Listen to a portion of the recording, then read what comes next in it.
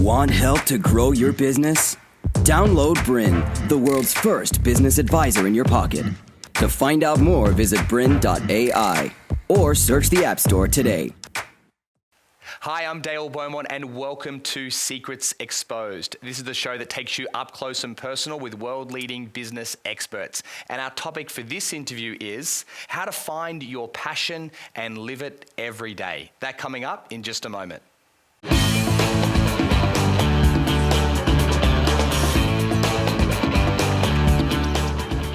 My special guest today is international speaker and best-selling author Sebastian Terry. And our topic for this interview is how to find your passion and live it every day.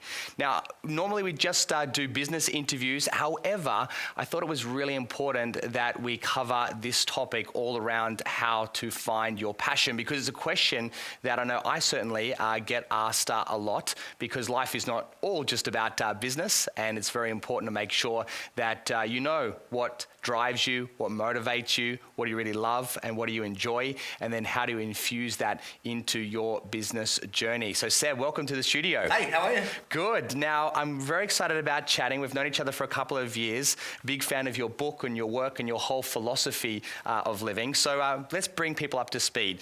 You've written a book called 100 Things. You've got a website called 100 Things. You even have a show, TV show, 100 Things. What's 100 Things all about? It's my life, really. It's funny, the show and the book and everything else is kind of a byproduct of what is essentially a journey I started 7 years ago, where I created a list of 100 things that I wanted to do to be happier in life. And the progression of that story is what 100 Things is. It's been a very interesting journey. I've ticked off 72 things and raised a lot of money for charities.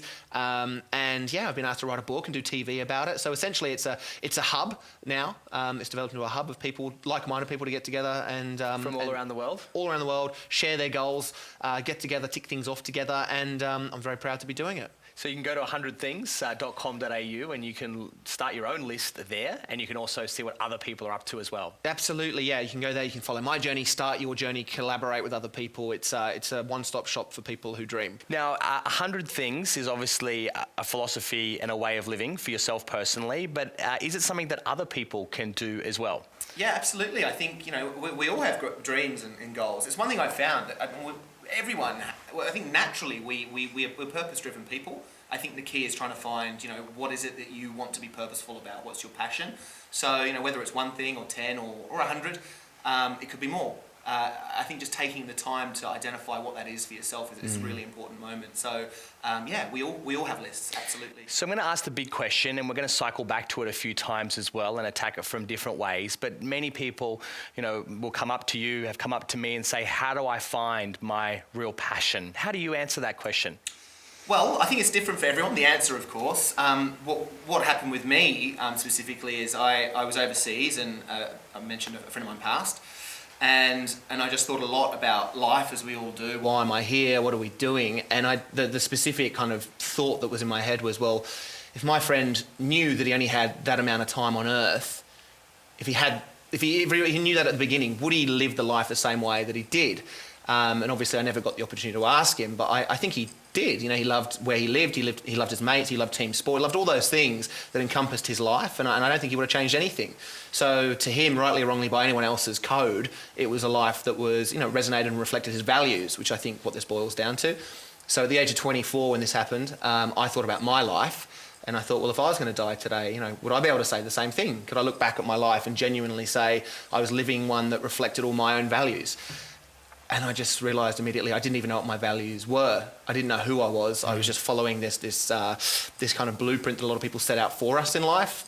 Not that it's wrong, but school, further education, to get a job, to accumulate money, to have a career, till you can buy a house and a car and all that sort of stuff, and then retire. And not to say it's wrong, but it just didn't resonate with me at that stage. So I had to unravel everything that I thought I knew and put it back together, and it was by way of a list.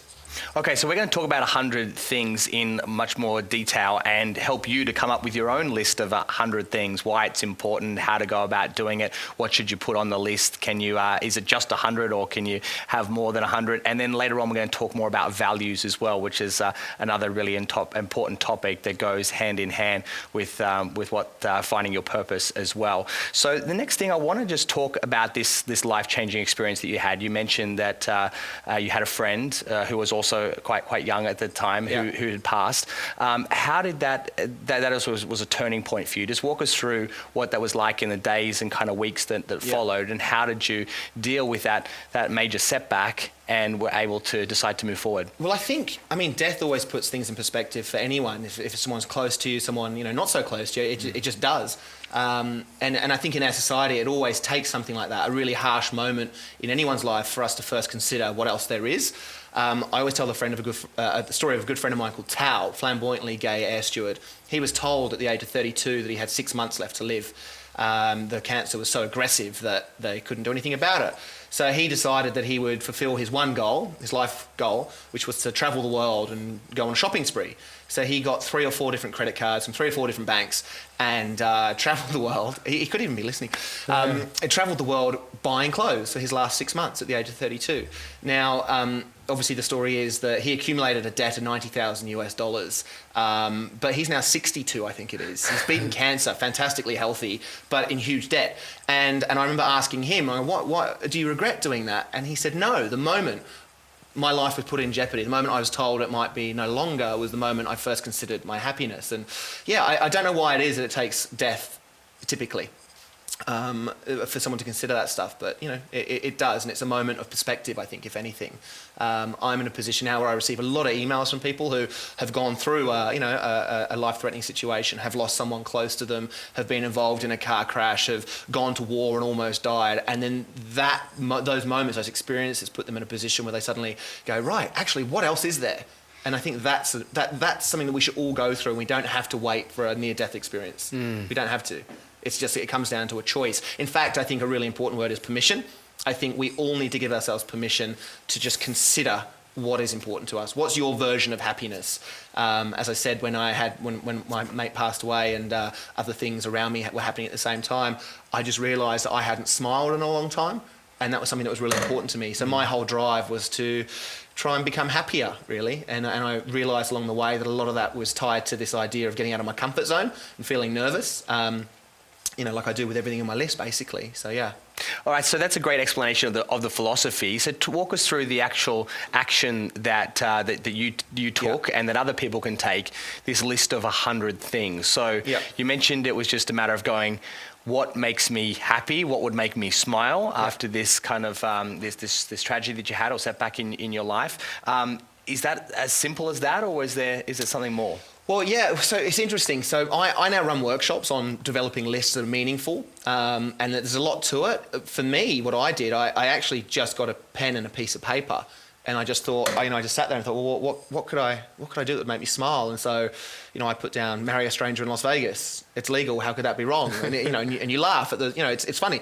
So I thought, well, that was it. And I just wrote one thing, and it was just thought and time. So I just literally wrote things down, and I had this list of 100 things.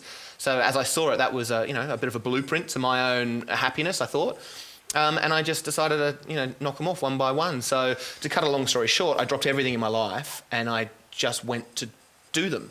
So I flew to Las Vegas, because that's crucial if you're going to marry someone in Las Vegas. I had to find a girl. This is just the first one, to give you an example, but I had to find a girl. So she happened to be a stripper. I met her mud wrestling. Her name was Crystal. And I just said, look, I'm here to marry someone for 24 hours. Would you be interested? She said yes. So then those 2 things were ticked off. I then had to find a chapel. So I just found a chapel to say I do wedding drive-through. And it was all going so well. 30 strangers turned up, but one person didn't, and that was Crystal. She stood me up, which is a problem when you're trying to marry someone. And essentially I looked down at the crowd and I said, is there anyone else here who'd like to marry me? And there was, and we got married. So it sounds so obscure and so absurd and far-fetched, but I mean, as with anything, you just have to do it. You just have to do it. I mean, I'm quite simple as a person, and I find that I'm able to do anything I want by just looking at it in a very simplistic point of view. You know, I think perhaps there's just three things you have to look at. I think there's the what. What is it you actually have to do? If you want to run a marathon, you know, what do you have to do? You have to buy a ticket. You have to start running. You have to buy a pair of running shoes. Who's involved with it? Is it you? Is it your family you have to talk to? Is it a boss for time off? I don't know. And I think when is also an important thing. When can you action this? Is it something you can only do now? Is it something you have to wait 12 months? And I think if you consider the who, the what, and the when. Okay, so I've got to ask these questions now that people are thinking, like, what if people are saying, that's great, and you were kind of young at the time, but I've kind of got 2 kids, or I've kind of got, got to pay the mortgage. Yeah. I can't possibly just drop everything and just kind of, do all the things that I want. Yeah. What do you say to people that kind of, throw up excuses like that? Well, yeah, I mean, sometimes there's excuses, and sometimes it's a very relevant thing to consider. Obviously, I'm single. I'm not in any. I don't really have many commitments, which certainly allows me to do my thing. But I don't think a list should be put on the side of life as we know it. I think the list is all encompassing. I think if you have a house and if you have kids, they're ideally things that you chose to do. I'd argue that everyone chose to do all those things, and so they're things that you want to do. So I think outside of having a house and having the kids and whatever else it might be, a job, which is obviously something that we all have, it's about balance. It's about balancing these things. I don't see why buying a house should be any more important than skydiving naked if that's what really is going to make you happy and smile. I think they're all just goals and they have to be balanced. And so it's not about stopping everything and just doing this 100 list. It just fits into your life. And how many would you normally do a year? Do you? I don't work it out like that. I mean, I used to. I left, on a one-way ticket, no money, and I flew to America to do my things. And so, I think maybe in the first year I may have done 30 things. I'm guessing, but there's no real. I don't think there's a real science or a stopwatch to it. I think you just do it. I mean. Funnily enough, obviously we're going to talk a lot about identifying goals and pursuing them, but I don't think my journey is about that anymore. I mean, 7 years on, I can say that yes, I've ticked off 72 things, I've raised lots of money for charity and all those things, but I don't know if it's really about ticking things off anymore for me. I think what I'm finding out is my journey is really about uncovering who I am and being that person. To continue enjoying this presentation, download Bryn, the world's first business advisor in your pocket. To find out more, visit bryn.ai or search the App Store today.